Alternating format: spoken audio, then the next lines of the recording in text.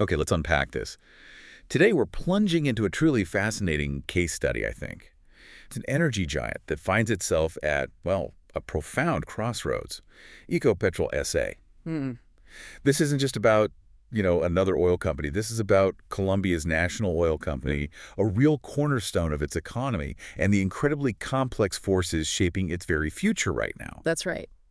Our mission for this deep dive is really to try and cut through all the noise, the financial reports, the political rhetoric, and give you, our listener, a comprehensive, balanced understanding of Ecopetrol's unique position. Yeah, it's quite a story. We're going to explore everything from its deep-seated roots in traditional oil and gas to its ambitious diversification efforts, all while it's navigating some truly significant political and economic headwinds.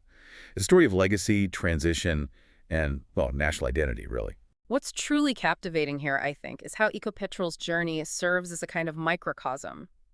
It reflects the larger global tensions we see playing out today around energy security, the urgent push for climate goals, and crucially, economic stability. Hmm.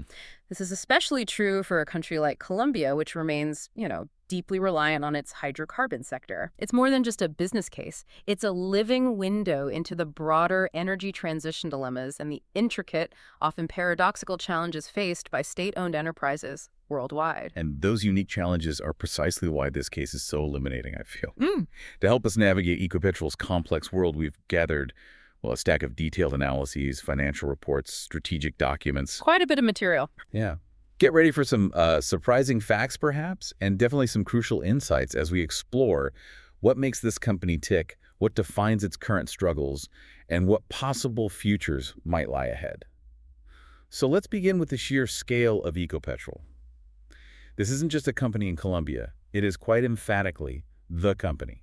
You could almost say it's synonymous with the nation's economic output in many ways. That's absolutely right. Ecopetrol stands as Colombia's largest corporation, and as its national oil company, it operates with a fully integrated model, Integrated meaning. meaning it controls the entire hydrocarbon value chain. So, from the very beginning stages of upstream exploration and production. Right. Finding and drilling. Exactly. Through the critical midstream of transportation and logistics, pipelines, storage, all the way to the downstream refining and petrochemicals. It's a behemoth that touches almost every part of the energy supply in the country. And its size isn't just about its operational footprint, is it? It's deeply rooted in its ownership structure. The Colombian government holds, what is it, an overwhelming 88.49% stake. That's the figure, 88.49%. Here's the critical insight I think you need to grasp. Ecopetrol isn't just a company. It's practically an arm of the state. Mm-hmm. Its dominant government ownership isn't just a statistic. Analysts say it's the single most critical factor dictating its every strategic move, often prioritizing national economic and fiscal policies over pure, unadulterated corporate profit. Absolutely. It leads to that constant balancing act. It's truly a pillar, perhaps even the primary pillar, Yeah, of the nation's economy. indeed. To further underscore that dominance, just consider this. Ecopetrol is responsible for pumping out over 60% of all Colombia's hydrocarbon production. Wow, over 60%. Yeah. Beyond that, it owns and operates the vast majority of the nation's midstream and downstream infrastructure, the pipelines, the refineries. Yeah. So this isn't merely a company that contributes to the national economy. It essentially is a significant vital organ of the economy. This level of state ownership means there's an inherent, almost constant tension.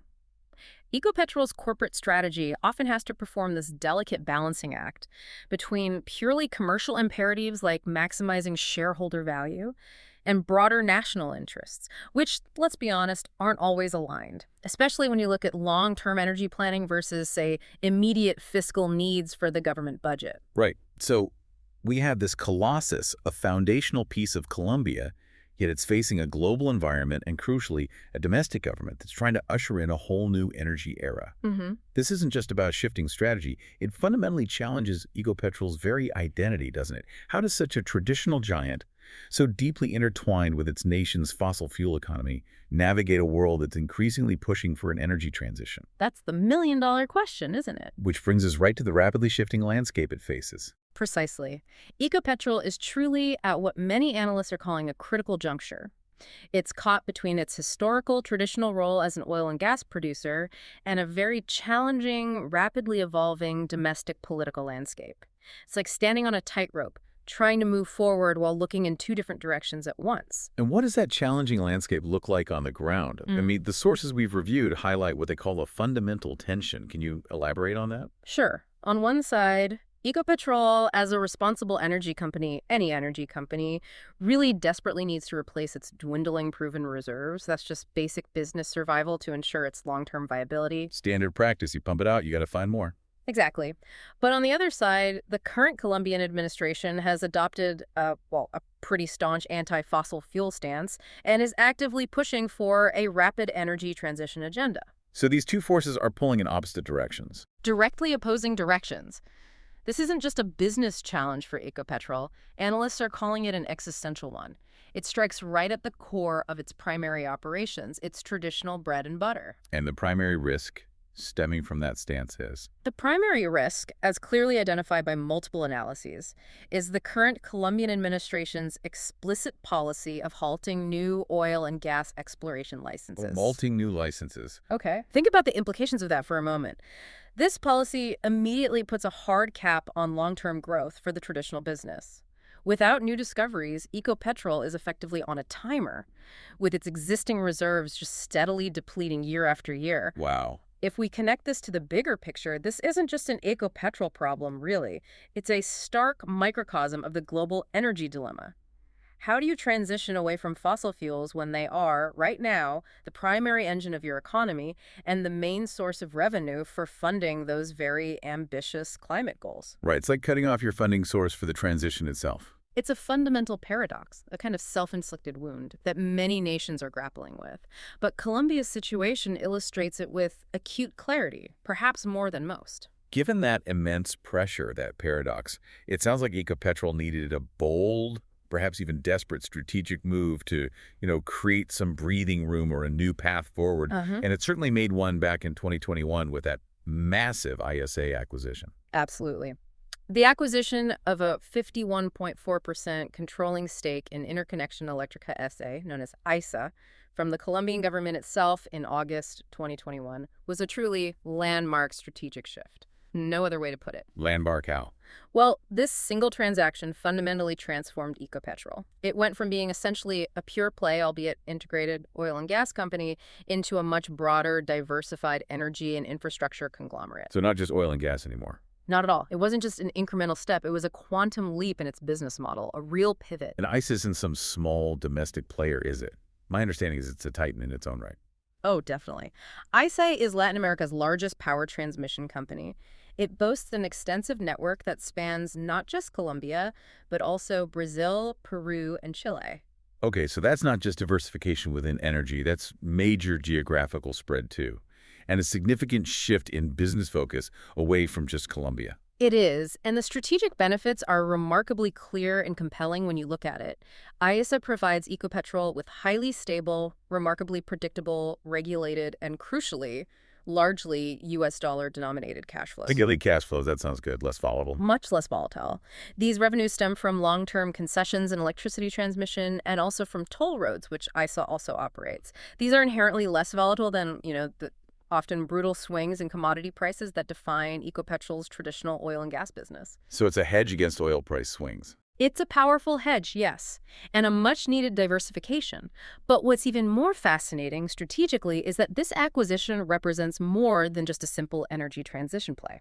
Some analysts see it as a critical strategic hedge against domestic political risk. How so? By acquiring a business whose cash flows are largely insulated, being regulated, geographically diverse, and dollar-denominated, Ecopetrol effectively shields a significant portion of its future earnings from the direct policy decisions of its own majority shareholder, the Colombian government. Ah, interesting. So it gives them some independence, financially speaking, from Colombian politics. Some insulation, exactly, which, as we discussed earlier, remains a paramount concern given the government's influence. So with this dramatic new direction, this big acquisition, how is Ecopetrol actually articulating its vision and planning its future?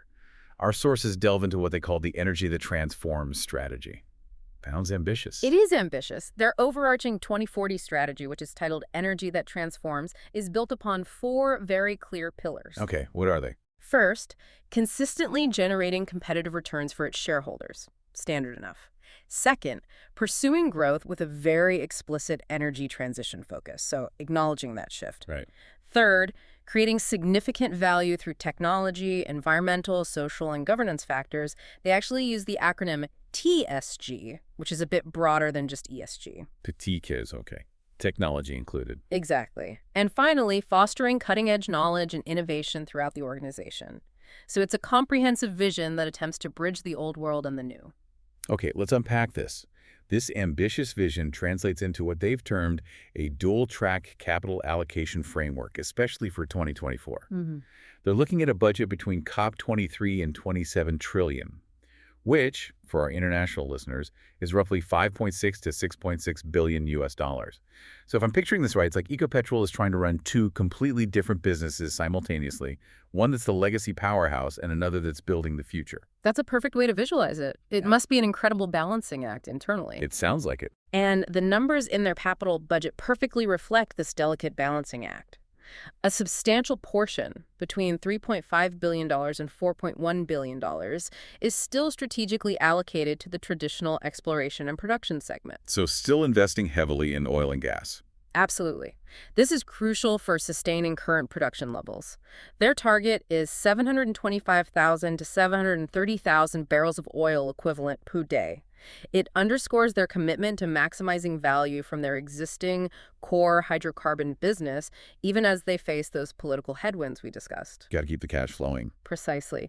But simultaneously, a very significant sum between $2.27 billion and $2.66 billion is specifically earmarked for energy transition projects. Okay, like what kind of projects? This includes expanding natural gas supply, which is seen as a critical transition fuel, various decarbonization initiatives across their operations, and importantly, funding the expansion of ISA's power transmission network across Latin America. Feeding the new acquisition.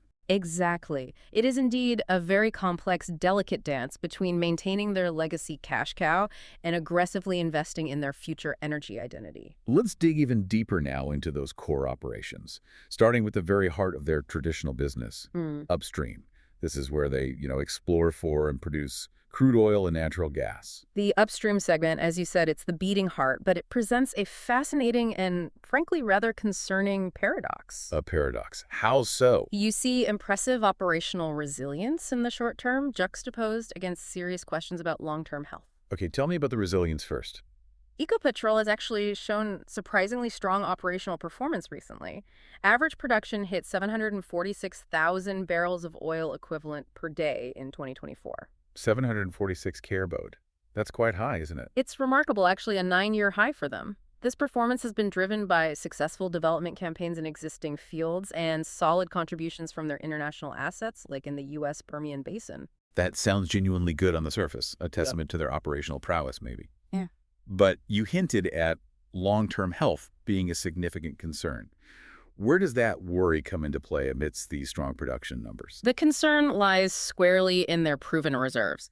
While proven reserves were at a multi-year high of 2.011 billion barrels of oil equivalent at the end of 2022, a very healthy number. They've since trended downward. They reported 1.89 billion BO by year-end 2024. Okay, so a decline. Why? Well, this decline is not a surprise. It's a direct and, you could say, inevitable consequence of producing more barrels of oil and gas than they are able to add back through new discoveries or significant reevaluation of existing fields. They're effectively consuming their asset base faster than they can replenish it, especially without new exploration licenses. So even though their reserve replacement ratio, the RRR, was, I saw, a seemingly positive 104% in 2024. Right, which sounds good on paper. Yeah, to a casual observer, that might sound robust. But you're saying it's not truly from finding new oil fields in the traditional sense? It's a bit of a statistical illusion almost. That's a crucial distinction and a really insightful way to put it.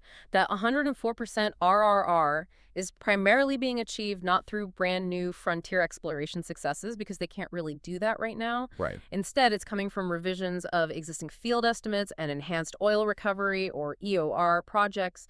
These techniques help extract more oil from already discovered reservoirs. So squeezing more out of the old stuff. Exactly. While important, analysts point out it is not through new exploration success, which means it's an unsustainable model for the long run.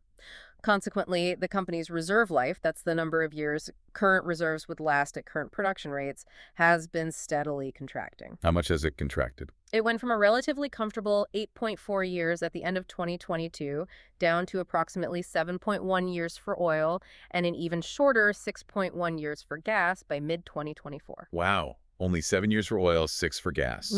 Yes.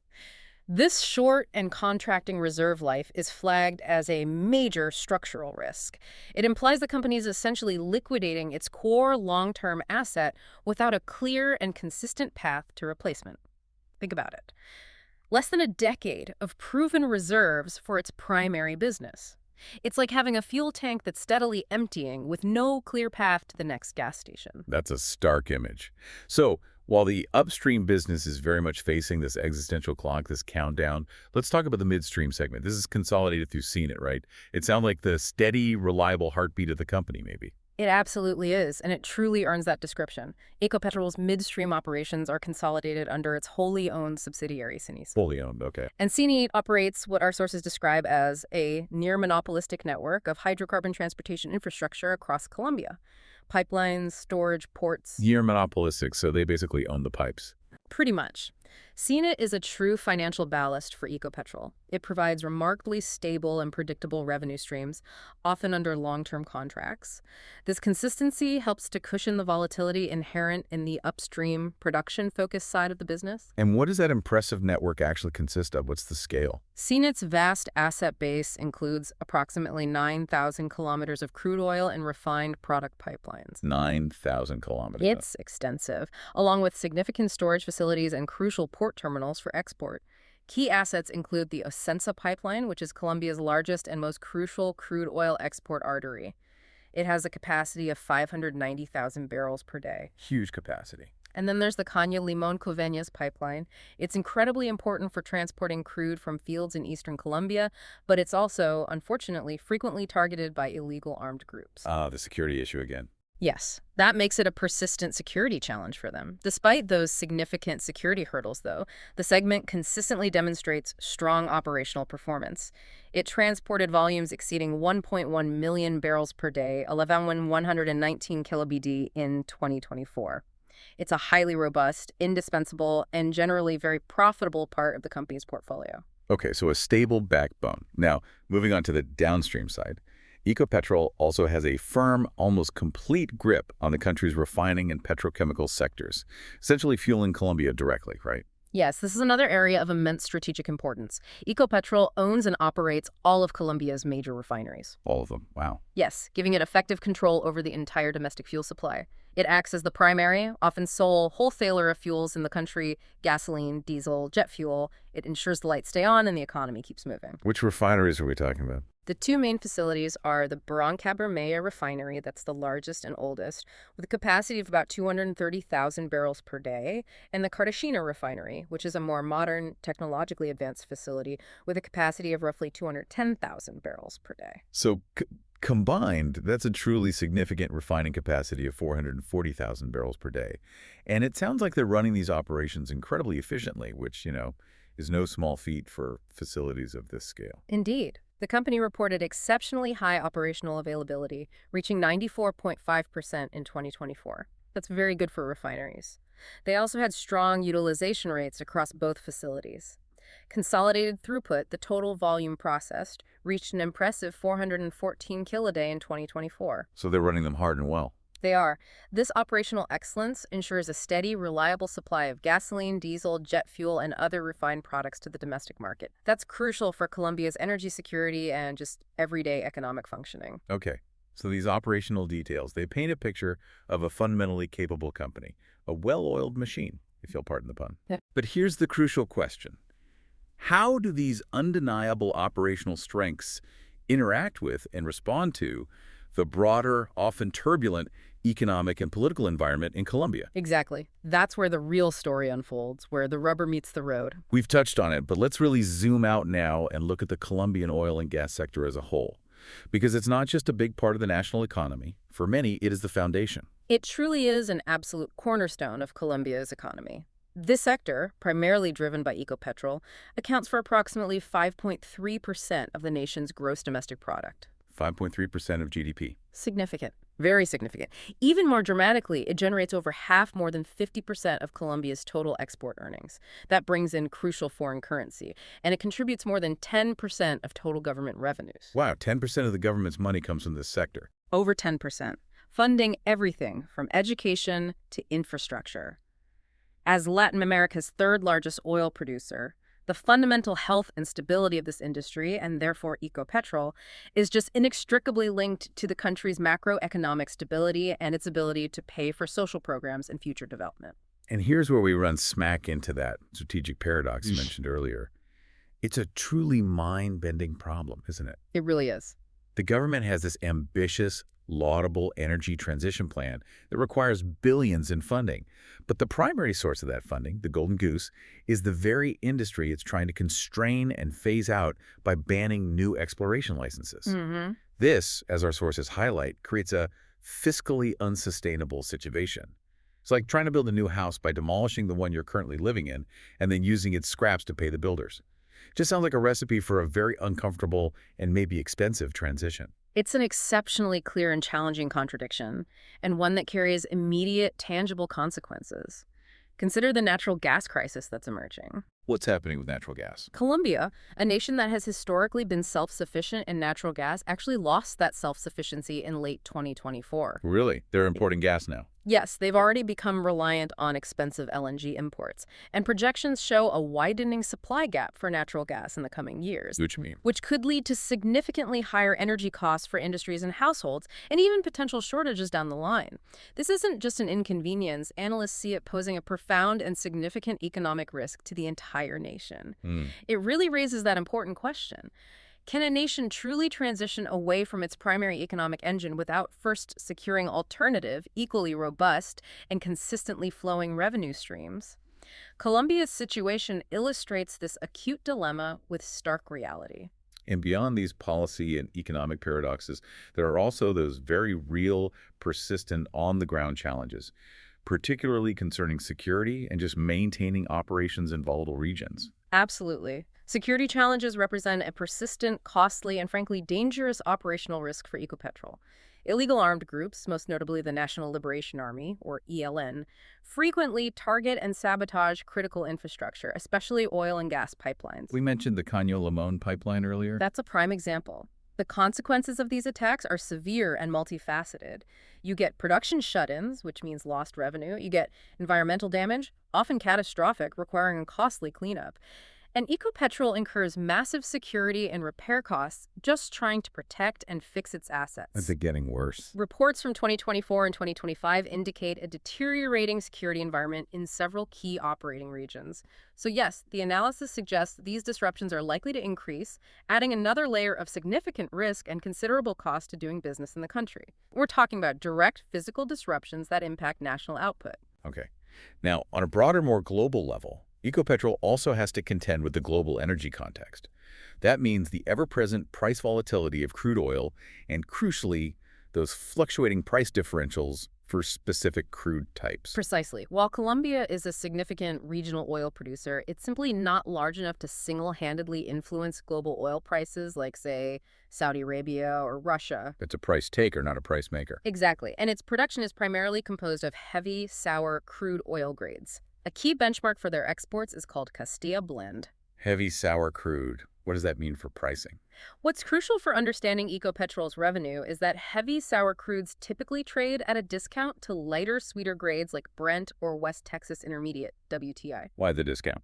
Because they're more energy intensive and costly to refine into high-value products like gasoline and diesel. Refineries need specific, often more complex equipment to process them. So this differential means Ecopetrol doesn't just get the headline Brent price.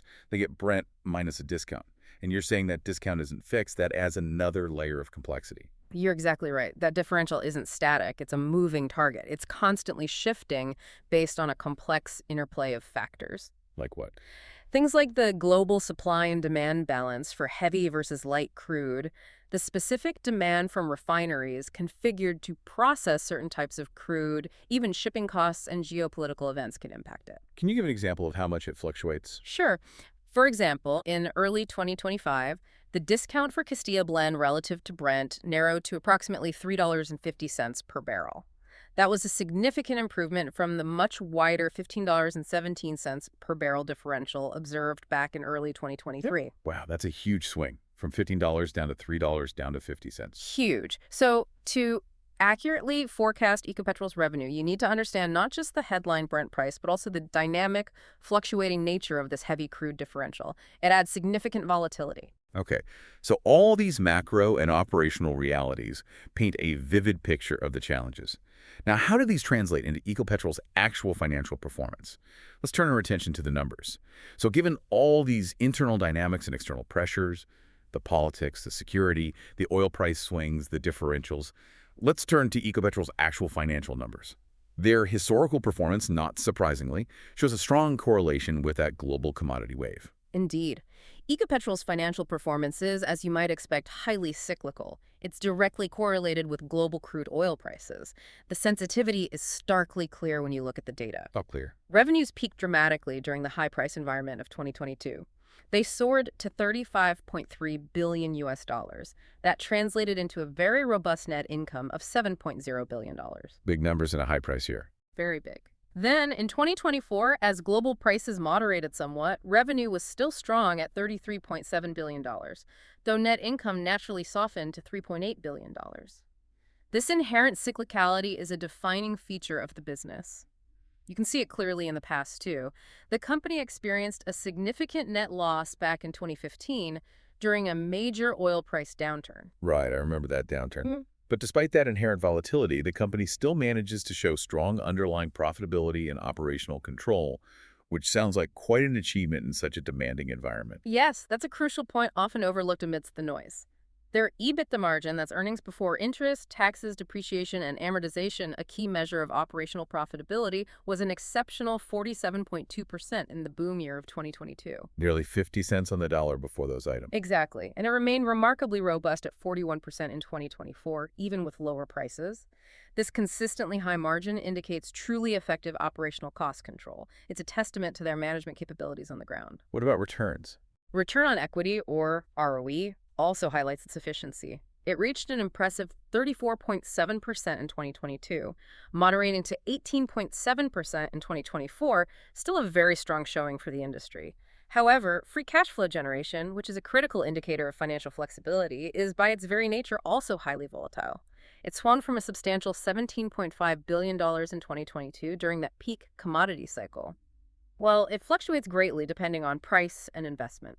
Now let's talk about how they allocate that hard-earned capital, because this is where the Colombian government's heavy hand as the majority owner really comes into play, creating some fundamental tension, right? Yes, capital allocation at Ecopetrol perfectly reflects its dual mandate that we discussed. On one hand, it needs to fund its own strategic growth and operational continuity. On the other, it serves as an absolutely major revenue source for the Colombian government. So how does that play out in their spending? Capital expenditures, or CapEx, have been steadily ramping up from the post-pandemic lows. They totaled $6.1 billion in 2024.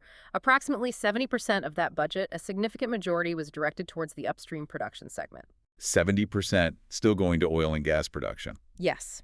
This spending is crucially aimed at sustaining output from existing fields, as we discussed earlier, essentially trying to squeeze more from what they already have, especially given the absence of new exploration opportunities. And then there are those substantial dividends. I saw that the 2022 dividend payout was the highest in the company's entire history. It was enormous. Their formal policy targets 60% of the prior year's net income, plus the potential for extraordinary dividends on top of that. This sounds fantastic for the government's budget, but what does it mean for the company itself long term? This is precisely where the structural conflict truly comes to light, and it's a classic example of the challenges state-owned enterprises face globally. The Colombian government relies heavily, very heavily, on Ecopetrol's dividends to plug gaps in its national budget. So there's pressure for big payouts. Intense pressure for consistently high payouts. While this provides immediate fiscal relief to the state, it directly reduces the retained earnings available for crucial long-term investments within Ecopetrol. Such as? We're talking about essential capital for things like those enhanced oil recovery projects needed to prolong existing field life. developing those promising but expensive offshore gas discoveries, and aggressively executing their own stated energy transition strategy. So the dividends are potentially hindering the transition. In essence, yes. It starves the company of internally generated capital. This forces it to rely more heavily on external debt to fund these necessary investments, thereby increasing its financial leverage and risk profile. This tension between the short-term fiscal needs of the government owner and the long-term strategic health and investment requirements of the company is a classic risk inherent in state-controlled enterprises. It's a fundamental trade-off that often compromises future growth. So with this constant pressure for payouts, what does their overall financial health actually look like, particularly their debt levels and credit ratings? As of year-end 2024, Ecopetrol's total debt stood at a substantial 27.24 billion US dollars. Their gross debt to EBITDA ratio was a manageable 2.2 times. 2.2x, that's not too alarming in itself. No, it's generally considered acceptable, though it had increased from 1.5 times at the end of 2022. This uptick was primarily due to a combination of lower EBITDA as commodity prices normalized, and those continued high investment levels, plus the big dividend payouts. And their credit ratings, what do they signal? Their credit ratings, like Fitch's BB+ and Moody's B1, are intrinsically linked to and effectively capped by the sovereign rating of Colombia itself. Ah, so the country's rating limits the company's rating. Essentially, yes. These are generally considered speculative grade or high-yield ratings. They reflect the perceived macroeconomic and political risks associated with the country as a whole, rather than just Ecopetrol's standalone operational performance or financial metrics. The sovereign risk weighs heavily. And they also have significant currency exposure, right? That's a constant balancing act for any international company, but particularly one like Ecopetrol with its specific revenue cost structure. They absolutely do. Their revenues from crude oil sales are predominantly U.S. dollar denominated, given that oil is traded globally in dollars. Right. However, a large portion of their operating costs, domestic taxes, and importantly, those large dividend payments are denominated in Colombian pesos.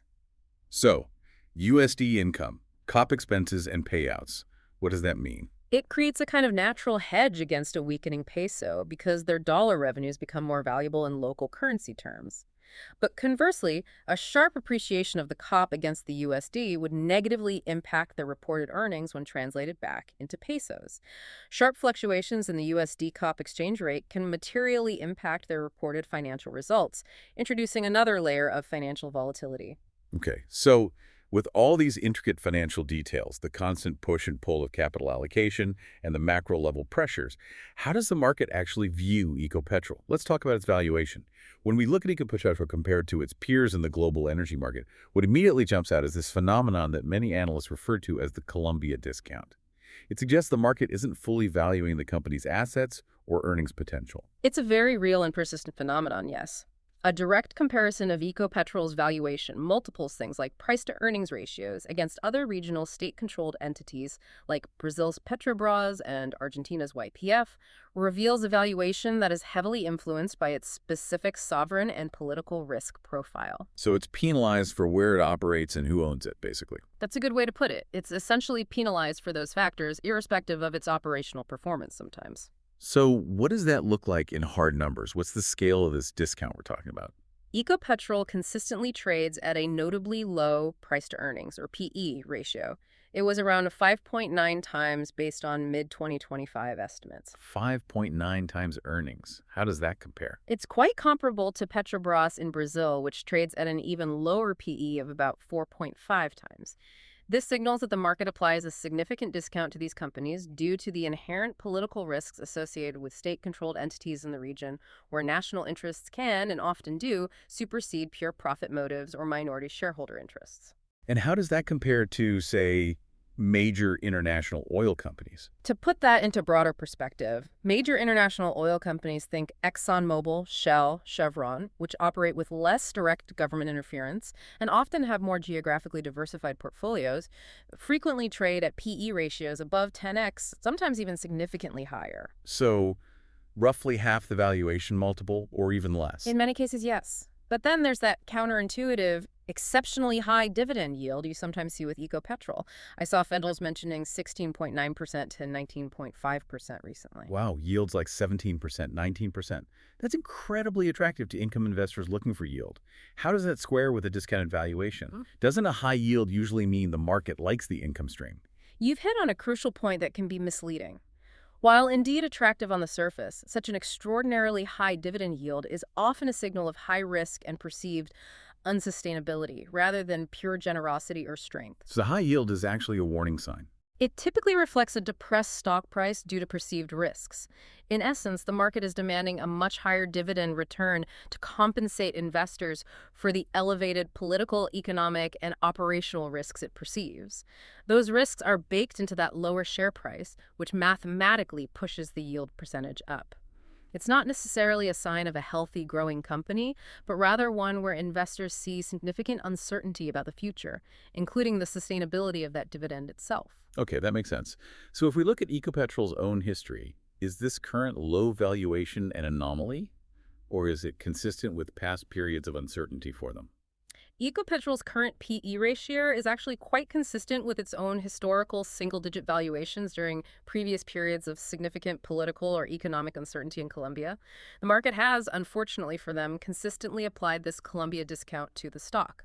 And the current political environment, particularly the government's stance on exploration, has likely entrenched and perhaps even amplified this discount. Now, you mentioned earlier that if we broke the company down, the parts might be worth more than the whole currently reflects. Can we talk about that sum of the parts idea? Yes, the sum of the parts, or SOTP analysis. If we were to perform this, meticulously breaking down Ecopetrol's distinct business segments and valuing them independently based on their own risk profiles and cash flow characteristics, it would almost certainly reveal significant underlying value that is currently not reflected in the consolidated market capitalization. That's a powerful point. Can you break down those parts for us and explain why they would warrant different multiples if they were standalone entities? This is where the unseen value might truly reside, maybe. Certainly. Let's imagine Ecopetrol as three separate businesses for a moment, just hypothetically. Okay. First, you have the midstream segment, seen it. We talked about its stability. It operates almost like a utility company, providing essential transportation services with regulated, often long-term contracts. Right, the pipelines and storage. Exactly. It generates incredibly stable and predictable cash flows, much like a steady stream of income from a long-term rental property. This inherent stability, its essential nature as infrastructure, is highly valued by investors and would typically command a much higher valuation multiple than a volatile oil producer if it were standalone. Think infrastructure funds, pension funds, they love assets like this. Okay, so CNET should be worth more on its own multiple. What's next? Then there's the transmission segment, ISA, the big acquisition. This is also largely a regulated utility business, but it's geographically diversified across Latin America. It operates under long-term concessions, and crucially, a significant portion of its revenues are dollar-denominated. Stability, diversification, dollar revenues. All positives for valuation. This provides stability and a natural hedge against currency fluctuations, again warranting a higher, more stable valuation multiple, more akin to an independent international power transmission company. Got it. And the third piece? Finally, you have the upstream and downstream segments. These are the traditional cyclical oil and gas exploration, production, and refining businesses. Their value is highly dependent on long-term oil price assumptions, global demand, refining margins, and most critically for Ecopetrol right now, the political outlook for reserve replacement. So, much more volatile and uncertain. Inherently more volatile and uncertain, yes. These segments would command lower multiples, reflecting that higher risk profile and cyclicality.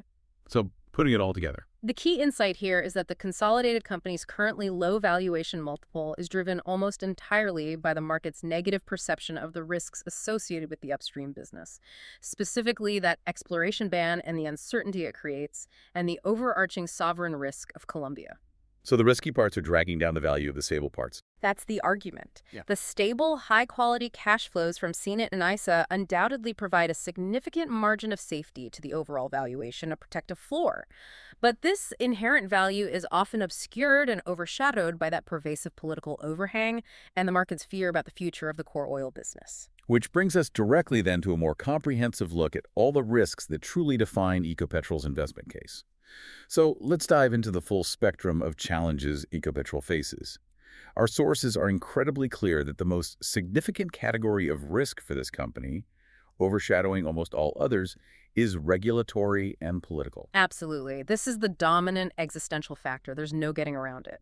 First and foremost, the government's policy of halting new oil and gas exploration licenses is, as our sources state flatly, an existential threat to Ecopetrol's long-term ability to replace its reserves and thus sustain its production. Existential threat, strong words. They are, but arguably justified.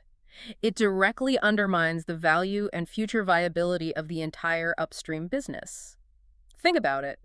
Without new discoveries, the company's core asset is simply being depleted year by year without a clear plan for replenishment approved by its main shareholder. And then there's the ownership itself creating risk. Yes, the pervasive influence of the majority shareholder. With the Colombian government owning that staggering 88.49% of the company, there's a substantial risk, constantly flagged by analysts, that strategic decisions will prioritize state fiscal needs, like balancing the national budget, over maximizing long-term value for all shareholders, including the minority ones. Like the dividend issue we discussed. Exactly.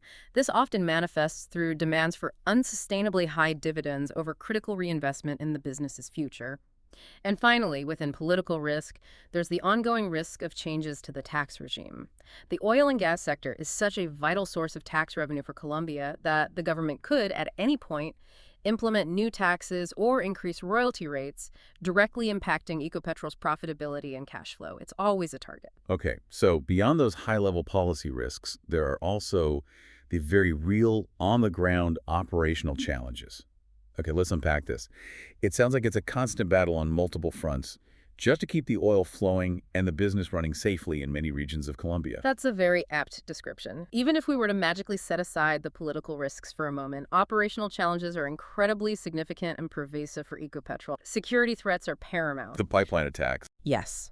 Ecopetrol's vast network of pipelines and production facilities are frequent targets for sabotage by illegal armed groups.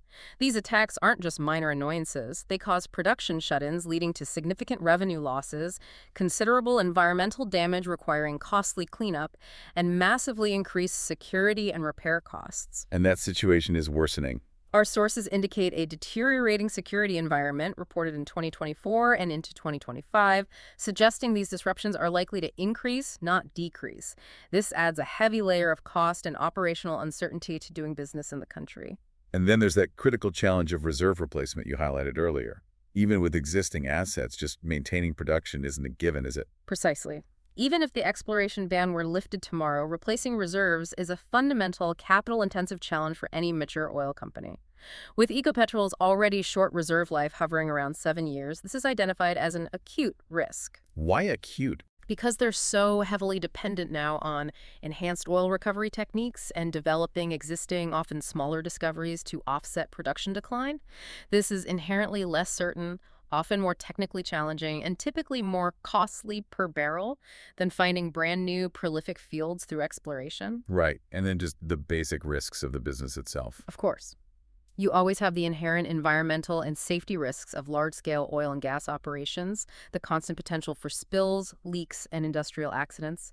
These can lead to significant financial liabilities, regulatory penalties, and profound reputational damage that takes years, if ever, to fully overcome. Okay, and finally, let's touch on the financial and market risks. These are standard for the industry, but always seem to be magnified by the specific complexities of the Colombian context, don't they? They do. First, obviously, is the direct exposure to the volatile prices of crude oil and natural gas. A sustained downturn in global energy prices would severely impact Ecopetrol's cash flow and, consequently, its ability to fund its extensive investment program and pay those dividends the government relies on. And the currency risk. Yes, currency risk remains significant. Their revenues are predominantly in U.S. dollars, while many operating expenses, taxes, and liabilities are in Colombian pesos. So, as we discussed, a sharp appreciation of the COP against the USD would negatively impact reported earnings, while a depreciation would help. It's a constant currency tightrope walk they have to manage. And Colombia's own economy. And finally, yes, as the country's largest company, Ecopetrol's financial performance is intrinsically tied to the overall health of the Colombian economy itself. A domestic recession could reduce local fuel demand, impacting their downstream refining profitability, and potentially exacerbate broader economic and political instability, creating a kind of negative feedback loop of risk. If we connect this to the bigger picture, these aren't isolated risks. They interact and amplify each other. Political decisions affect reserves, which affect financials. Security issues affect operations, which affect financials. Currency affects reported earnings. It creates a really complex, interwoven web of challenges for Ecopetrol to navigate daily. So, with all these intricate internal and external pressures swirling around, how is the company actually being led and governed?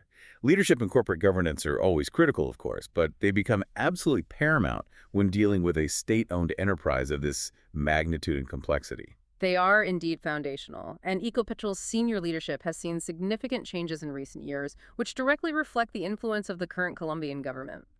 Ricardo Roa Barragan was appointed CEO in April 2023. Okay, Roa Barragan, what's his background? He's a mechanical engineer with extensive experience in the energy sector, notably serving as president of Grupo Energía de Bogotá, another major Colombian energy player, and also Transportadora de Gas Internacional, TGI.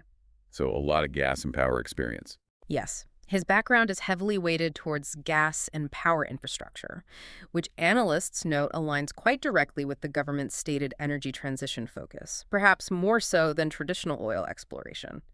His articulated priority, according to company statements, is to lead a fair and sustainable energy transition while simultaneously maintaining the company's crucial financial soundness.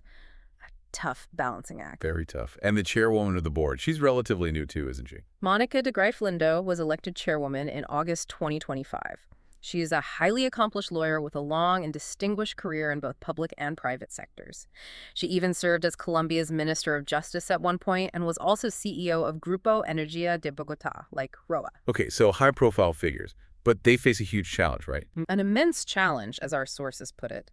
This management team, led by these individuals, must somehow balance the often conflicting objectives of the majority shareholders' political agenda, the energy transition push, the fiscal needs, with the undeniable economic realities of the global energy market and the long-term commercial interests of Ecopetrol as a company with minority shareholders, too. It's a very, very difficult tightrope to walk daily. And what about the broader corporate governance structure? How does the government's majority ownership fundamentally shape how Ecopetrol is run day to day, especially concerning things like transparency and protecting the rights of those minority shareholders? Corporate governance at Ecopetrol is, as our sources highlight repeatedly, fundamentally shaped by that dominant government ownership. The board of directors consists of 9 members. 9 members, and the government appoints. With its 88.49% stake, the government effectively controls appointments to the board. This often results in board members whose priorities might align more closely with government policy objectives than with traditional shareholder value maximization principles you might see elsewhere. And there's been turnover. Yes, there's been significant turnover on the board in recent years. The average tenure was noted as being very short, just 1.4 years as of mid-2025. 1.4 years average tenure. That's incredibly short for a board. It is. It suggests a potential lack of stability and continuity at the highest level of oversight, which can definitely hinder long-term strategic planning and execution. The government's influence extends naturally to all major strategic decisions: CEO appointments, critical capital expenditure plans approval, and crucially, setting the dividend policy. Which creates potential conflicts. Exactly. It creates significant risk of conflicts of interest between the state's potentially short-term fiscal needs and the goal of long-term value maximization for all shareholders, particularly the minority ones who lack the government's clout. So even though Ecopetrol is listed on both the Colombian Stock Exchange and the New York Stock Exchange, which usually implies certain governance standards, minority shareholder protection sounds quite limited in practice here. That's precisely the situation many analysts describe. While Ecopetrol is indeed subject to important disclosure requirements and regulations due to its international listings, the overwhelming control wielded by the state fundamentally limits the effective power of minority shareholders to truly influence corporate policy or strategic direction. So they're kind of along for the ride. They largely have to trust that the government's decisions, driven ultimately by perceived national interest, will eventually align with long-term shareholder value. It's a big leap of faith sometimes. This really raises an important question that applies to many SOEs. How effectively can a company truly pursue stable, long-term strategic goals when its governance is so heavily influenced by what can often be short-term political and fiscal imperatives? A critical question indeed. So, considering all these intricate factors, the operations, the politics, the finances, the governance, what does this ultimately mean for someone considering Ecopetrol from an investment perspective? Let's get into the investment thesis. Mhm. So, if you're looking at Ecopetrol through an investor's lens, after everything we've discussed, what's the most optimistic view? What's the bull case for its future potential? The bull case for Ecopetrol really hinges on what many investors hope will be the eventual triumph of economic pragmatism over political ideology. Pragmatism wins out, essentially. That's the core belief. The hope is that the Colombian government, faced with the undeniable reality of declining fiscal revenues from a shrinking oil sector and the growing severity of the potential natural gas crisis we talked about, will eventually be forced by sheer economic necessity to reverse, or at least significantly moderate, its ban on new exploration licenses. This shift would allow Ecopetrol to return to a more balanced, sustainable, and, well, economically rational energy policy.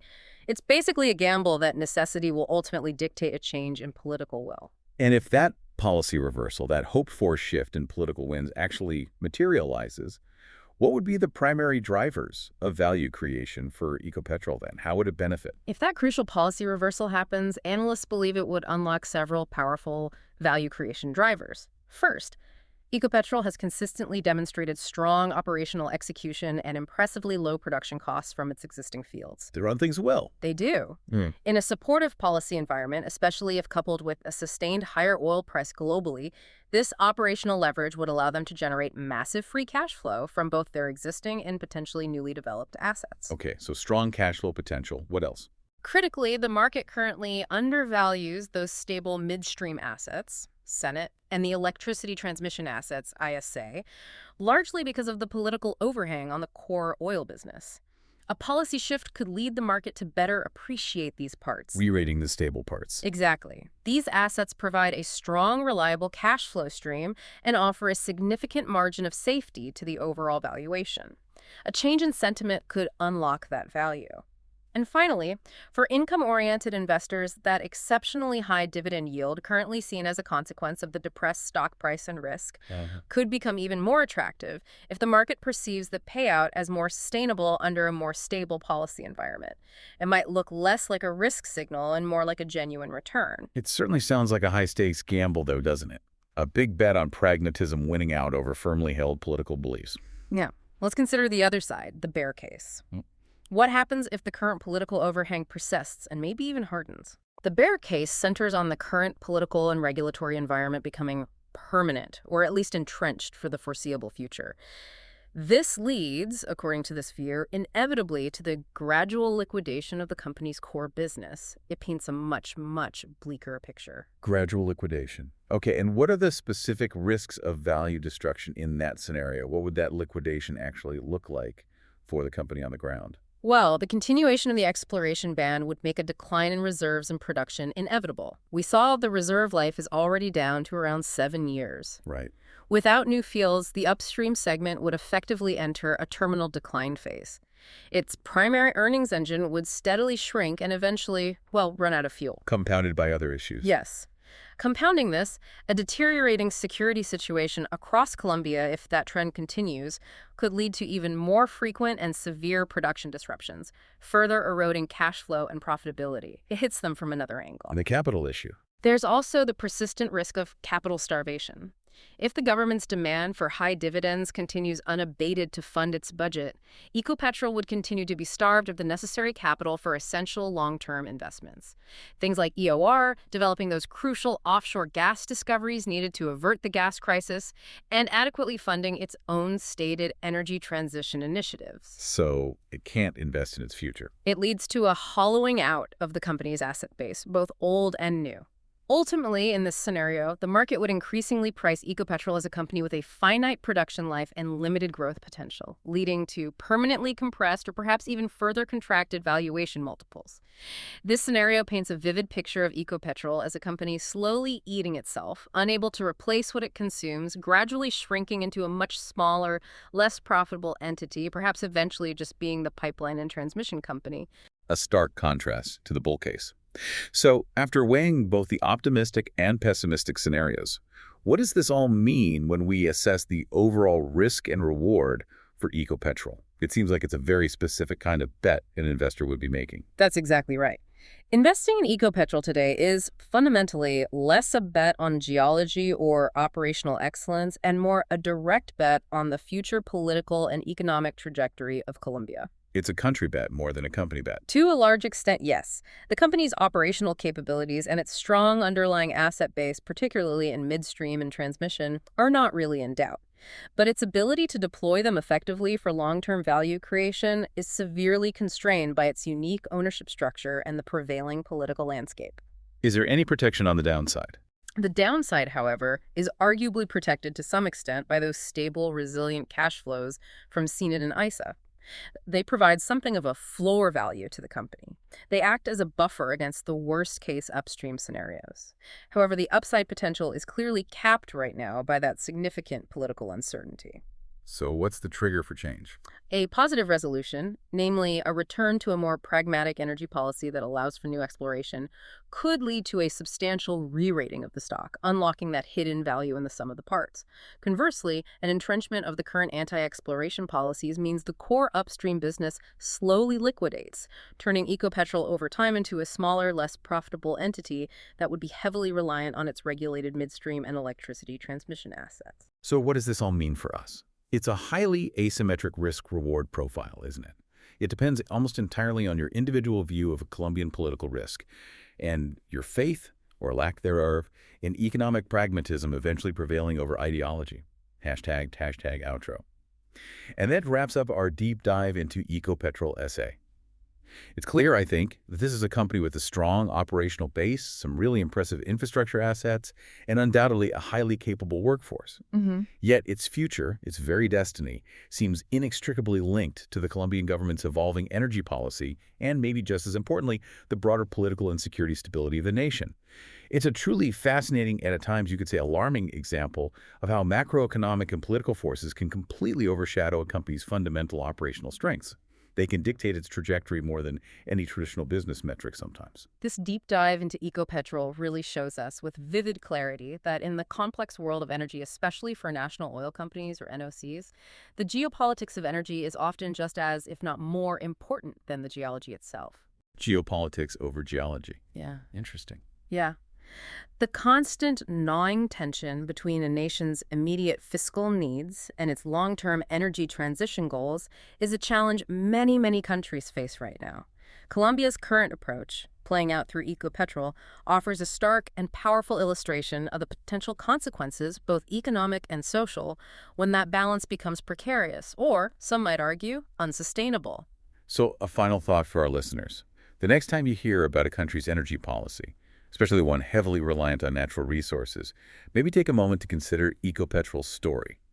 How might a different path, a different political decision, impact not just the company itself, but the entire nation's future, its energy security, its economy, its social stability? And what might that tell us about the broader ongoing energy transitions playing out globally with all their inherent complexities and trade-offs? A lot to think about there. Definitely. Thank you for joining us on this deep dive, and we encourage you, as always, to keep exploring and questioning the forces that shape our world.